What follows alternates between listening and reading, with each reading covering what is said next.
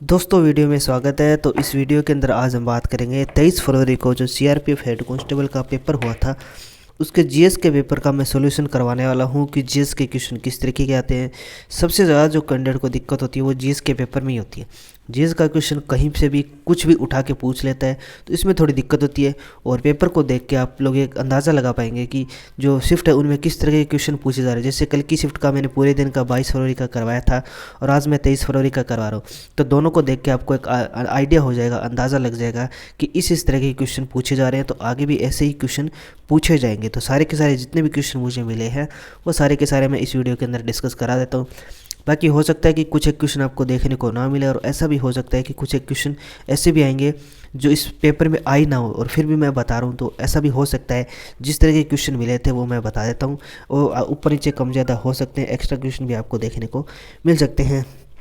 तो अपने क्वेश्चन देखते हैं। सबसे पहला था कि रक्षा क्षेत्र में एफडीआई कितना परसेंट है, तो ये लगभग 74% है।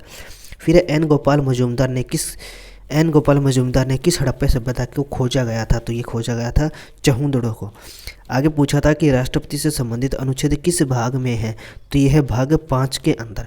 और आगे की शिफ्ट में हमें राष्ट्रपति से संबंधित कोई आर्टिकल पूछा जा सकता है कि राष्ट्रपति का जो कार्यकाल है वो कौन से आर्टिकल में है, जो चुनाव है वो कौन से आर्टिकल के अंदर है। तो इस तरीके के क्वेश्चन हमसे आगे भी पूछे जा सकते हैं, तो इनको एक बार आप दोबारा फिर से रिवाइज करके चले जाना। मणिपुरी नृत्य में किस हिंदू देवता की पूजा की जाती है, तो ये की जाती है भगवान कृष्ण की। 1905 में बंगाल विभाजन के समय गवर्नर जनरल कौन था, तो ये था लॉर्ड कर्जन 1905 के समय बंगाल विभाजन के समय गवर्नर जनरल था। और इसको रद्द कब किया गया था, तो इसको रद्द किया गया था 1911 में लॉर्ड हार्डिंग के समय में। 2023 में श्रीलंका से हुए T20 सीरीज में भारत का कैप्टन कौन था, तो वो था हार्दिक पांड्या। पृथ्वी का द्रव्यमान कितना है, तो कुछ इतना आपको पृथ्वी का द्रव्यमान देखने को मिलेगा। घोंघा किस ग्रुप का है, तो ये घोंघा ऑर्थोपोडा ग्रुप का है। और ये फिर से दोबारा रिपीट हो गया कि मणिपुरी नृत्य में तो राधा और कृष्ण के प्रेम का मंचन किया जाता है। स्कंद का विलोम शब्द निर्माण है। तृणमूल कांग्रेस से राज्यसभा में कितने सदस्य हैं, तो ये है 13 सदस्य।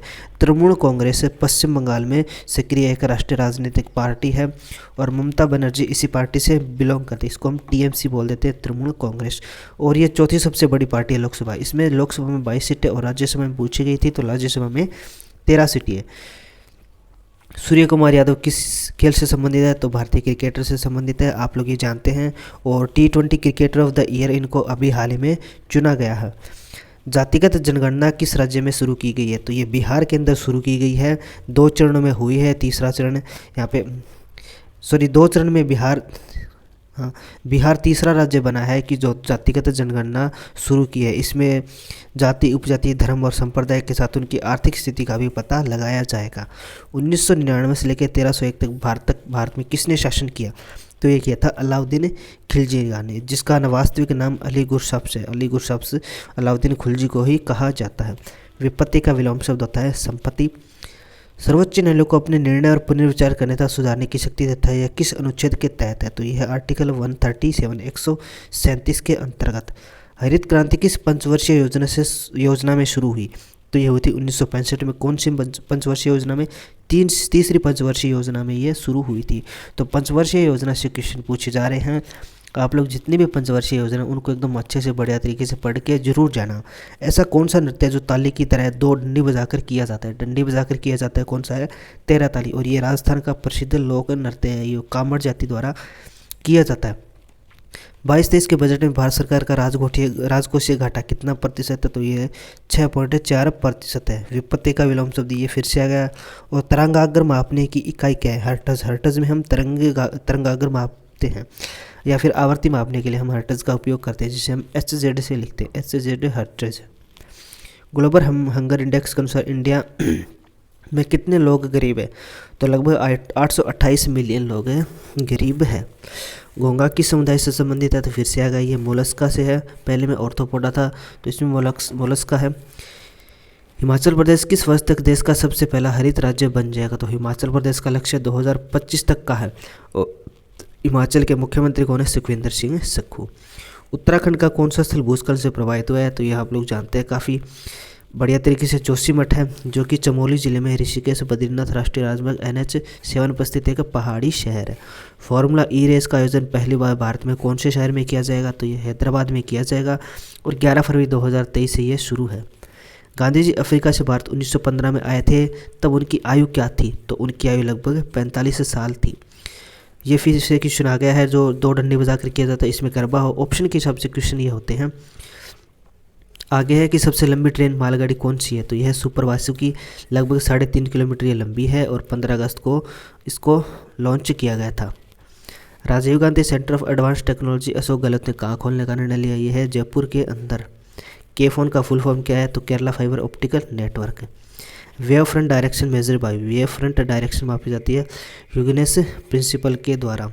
और ये इंग्लिश में क्वेश्चन है, इसका मैं हिंदी बताता हूँ कि जैसे सुप्रीम कोर्ट अपने लोअर कोर्ट को अगर कोई भी आदेश देती है, किसी जैसे कोई फैसला सुनाती है लोअर कोर्ट, उसको दोबारा से अगर उसमें कुछ चीज़ें करना है, जैसे उसमें दोबारा फैसला, दोबारा उस पर विचार करना है, तो वो आदेश होता है जो सुप्रीम कोर्ट देती है, उसको हम क्या बोलते हैं, उसको हम बोलते हैं परमादेश। फिर आगे 1906 में मुस्लिम लीग की स्थापना किस शहर में हुई थी, तो ये हुई थी ढाका के अंदर। 1266 से 87 के दौरान दिल्ली का शासक कौन था, तो ये था गयासुद्दीन बलबन। ये गुलाम वंश से संबंधित था और ये एक इलबारी तुर्क था जो इल्तुतमिश के 40 तुर्कों से संबंधित था, जिसे हम तुर्कान चहलगानी बोल देते हैं। सानिया मिर्जा किस खेल से, टेनिस से। 117 परमाणु क्रमांक किसका है, यह है टेनिसाइन, इसका प्रतीक होता है TS। जातिगत जनगणना किस राज्य में शुरू हुई, तो ये आप लोग जानते हैं बिहार में आ गया है। सबसे अधिक लिंगानुपात वाला केंद्र शासित प्रदेश पुडुचेरी। अगर राज्य पूछे तो राज्य में केरल आ जाता है, सबसे अधिक लिंगानुपात में केरल राज्य आ जाता है, ये आप लोग यहाँ पे पढ़ लेना। तो इससे एक चीज़ और निकल के आती है कि जनगणना के क्वेश्चन हर एक पेपर में पूछे जाएंगे। कल की शिफ्ट में सारे पेपर में, कल के पेपर में भी पूछा गया था, आज के में 23 को भी पूछा गया है और आगे आने वाले जो 24-25 है उसमें भी हमें पूछे जाएंगे। शाह कुली खान का मकबरा कहाँ स्थित है, तो ये हरियाणा के नारनौल में। तोता हिंद अमीर खुसरो को कहा जाता है, ये निजामुद्दीन औलिया के शिष्य थे, कव्वाली के जनक थे। बाकी आप लोग ये पढ़ सकते हैं। नीरज चोपड़ा ने कितना मीटर भाला फेंक स्वर्ण पदक जीता था, तो 87.58 मीटर। लकड़ी से बना वाद्य यंत्र जो कर्नाटक में बजाया जाता है, तो यह है तंबूरा। तंबूरा लकड़ी से बना होता है। केनरा बैंक का विलय किस वर्ष हुआ, सिंडिकेट बैंक 2020 में हुआ था।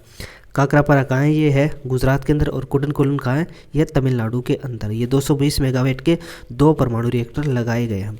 शेरशाह सूरी ने हुमायूं चौसा के युद्ध में कब हराया था, तो 1539 में शेरशाह सूरी ने हराया था। रविशंकर शर्मा किस वाद्य यंत्र से संबंधित है, तो ये है सरोद से संबंधित है। तो इतने क्वेश्चन मुझे यहाँ पे मिले थे, तो जितने क्वेश्चन मिले थे मैंने सारे के सारे इस वीडियो के अंदर डिस्कस करा दिए। आगे इसकी शिफ्ट के क्वेश्चन पाने के लिए आप लोग चैनल को सब्सक्राइब करके जरूर रखें।